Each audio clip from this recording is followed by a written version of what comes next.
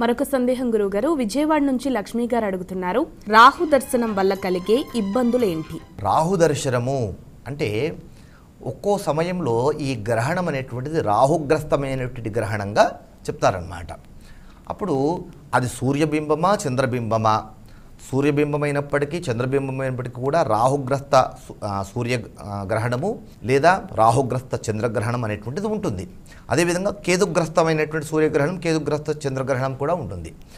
రాహు దర్శనము చేయడం వలన ఏమైనా ఇబ్బందులు ఉంటాయా అని అంటే, గ్రహణము రాహుగ్రస్తమైనప్పుడు చూస్తే కనుక తత్సంబంధమైనటువంటి నెగటివ్ ఫలితాలు అనేటువంటి రావడం అనేటువంటి సహజంగానే ఉంటాయి.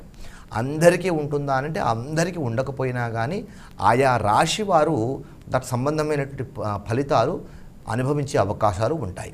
ఇక ఒకవేళ ఇది గ్రహణ సంబంధమైనటువంటి సందేహం కాకుండా మామూలుగా రాహుగ్రహము నవగ్రహాలు ఉన్నటువంటి రాహుగ్రహంను దర్శిస్తే ఏమైనా ఫలితాలు తీవ్రంగా ఉంటాయా అనేటువంటి సందేహం ఆ కోణంలో సమాధానం చెప్పుకుంటే కనుక ఏ విధమైనటువంటి దుష్ఫలితాలు ఉండవు.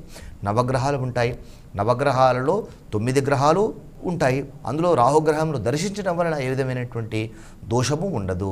రాహుగ్రస్త గ్రహణాలకు సంబంధించినటువంటిది వాడిని మాత్రం ఆ సందేహంగా స్వీకరిస్తే కనుక అది దోషభూయిష్టమైనటువంటిదిగా చెప్పుకోవచ్చమ్మా.